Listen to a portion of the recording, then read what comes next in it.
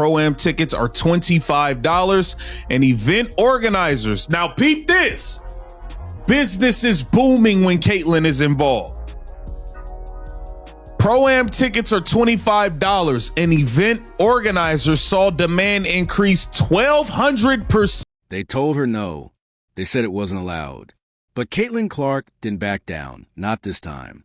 After everything she's dealt with, the criticism, the pressure, the scrutiny, the latest restriction pushed things too far. And now the situation is out in the open for everyone to see. This isn't just about basketball anymore. It's about autonomy, influence, and a league navigating how to handle a star whose impact reaches far beyond the court. So here's the real question. Should Caitlin Clark have the freedom to play golf, build her brand, and live her life the way she's earned it, or is the league system simply struggling to keep up with her rise? She played the front nine with the world #1 Nelly Korda and back nine with golf icon Annika Sorenstam, the event's host. It was an honor to play the Pro-Am with Caitlyn last year. The crowds were amazing, and we are excited for her to return to the Annika. Go ahead and drop your thoughts below, and make sure to like this video, because it's time to talk about what people think is happening behind the scenes. Recent reports and online chatter suggest that WNBA leadership may have raised concerns with Caitlin Clark about participating in the Annika Pro-Am golf tournament, an LPGA showcase where ticket demand reportedly jumped by more than 200% as soon as her name surfaced. The LPGA embraced the idea instantly. They recognize what millions already know. Caitlin Clark isn't just an athlete, she's a cultural force. Her presence moves crowds, sells tickets, and elevates every space she enters. But instead of celebrating that momentum, critics argue the league may have viewed her growing influence as something harder to manage. A star stepping outside the traditional WNBA lanes, expanding her reach, and building a following that extends far beyond basketball. That kind of visibility can challenge the system. According to people familiar with the situation, Clark's camp supported the golf appearance. It was a charity event, a crossover opportunity, and a win for women's sports as a whole. But some insiders claim the league pushed back, emphasizing that she represents the WNBA first and foremost. What's clear, regardless of the behind-the-scenes details, is that Caitlin Clark's rise continues to reshape the conversation around athlete branding, league control, and just how far a superstar should be allowed to grow. Another event and invite Caitlyn to it. They're going to invite Caitlyn to as many events as they possibly can because they saw what it just did for the sport of golf. And I just don't understand why the WNBA, I mean, I will never understand. I feel like they fumbled so many things this season. They weren't ready for the moment. And this just proves that you can be ready for the moment. There is things. Then came the turning point. Stephanie White, Caitlin Clark's coach, stepped in. According to circulating reports and fan commentary, White made it clear she supported Clark's desire to participate. The message people heard was simple. She's going. You can't stop her. Whether or not the behind-the-scenes conversation was that direct, one thing is certain. A head coach publicly backing a star in a situation where league policies might be involved is rare in any professional sport. And that alone sent shockwaves through the fan base. Some outlets and social media voices began claiming that the WNBA commissioner had threatened potential fines tied to promotional activity rules, again not confirmed by the league, but widely discussed online. Fans latched onto the idea immediately. Being fined for playing golf? For an athlete who has boosted ticket sales, TV ratings, and overall visibility? It struck people as outrageous, and the reaction was instant. Timelines flooded with questions. Why would the WNBA hesitate to let its biggest star grow her brand? Why block a crossover moment that could help both leagues? Even some team owners, according to rumor mill chatter, were said to be questioning the optics. Through all the noise, Caitlin remained calm. When reporters asked about competing in other sports, she simply smiled and dropped a line that fans replayed everywhere. No one can stop me from competing. I love this game. All of them. That quote hit like a highlight reel moment. Confident, bold, unmistakably her.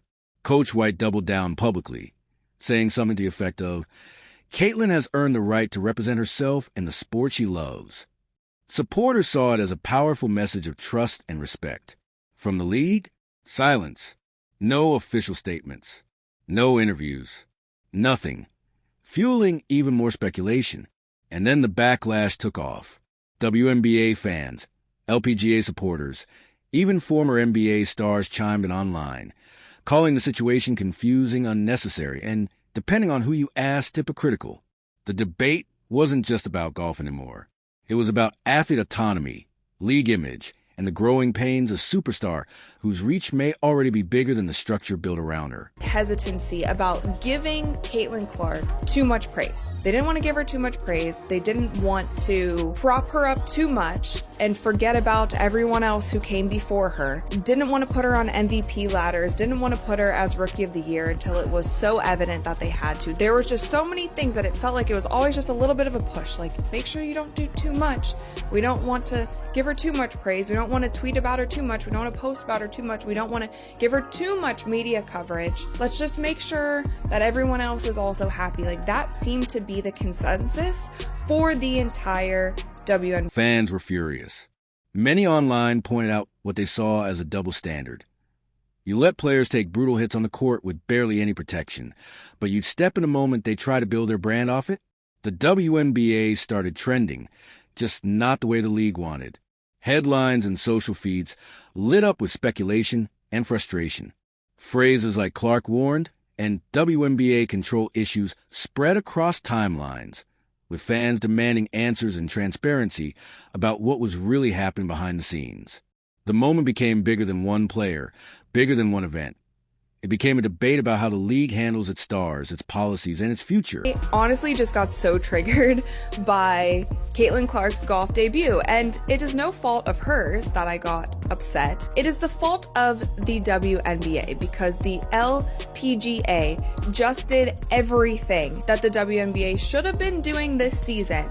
They did it all correct in literally one day. So I talked about it in a previous video, how this Pro-Am event originally wasn't even going to be televised, but there were so many fans who were emailing the organization saying, how can we watch Caitlin? Can we come to the event? Can you live stream it? All of these things. And it ended up being put on television. And that was great. Fans were really excited about that. There was so much buzz online. She was trending on Twitter, all of the things. And the LPGA was promoting the crap out of this event. And they also did something really smart by pairing her up with their currently #1 golfer in the world. And her name is Nelly Korda. So there are photos of Caitlin and Nelly literally everywhere. And the LPGA was so smart in doing this because they knew that there would be so many eyeballs on Caitlin. So if they put their #1... Learned anything from her? Golf's hard to replicate that fast, but no, she's been incredible and she's really cool too. And somebody I've been watching and following for a while now, so it's fun to be out here and get to see an up-close look at how she does things. Just so smooth and really good at what she does.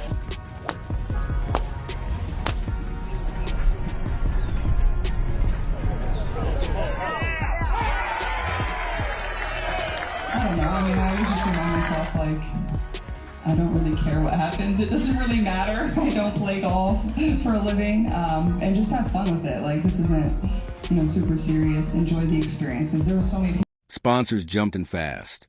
Many publicly backed Caitlin, framing her as an athlete who should be free to grow, cross over, and elevate women's sports wherever she goes.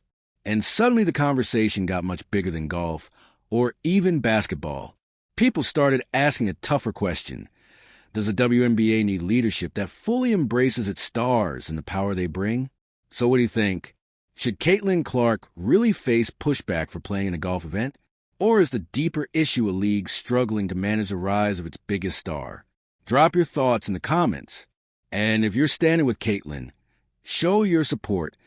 Share the conversation. Keep it going, and make sure more people hear about what fans believe is happening off the court.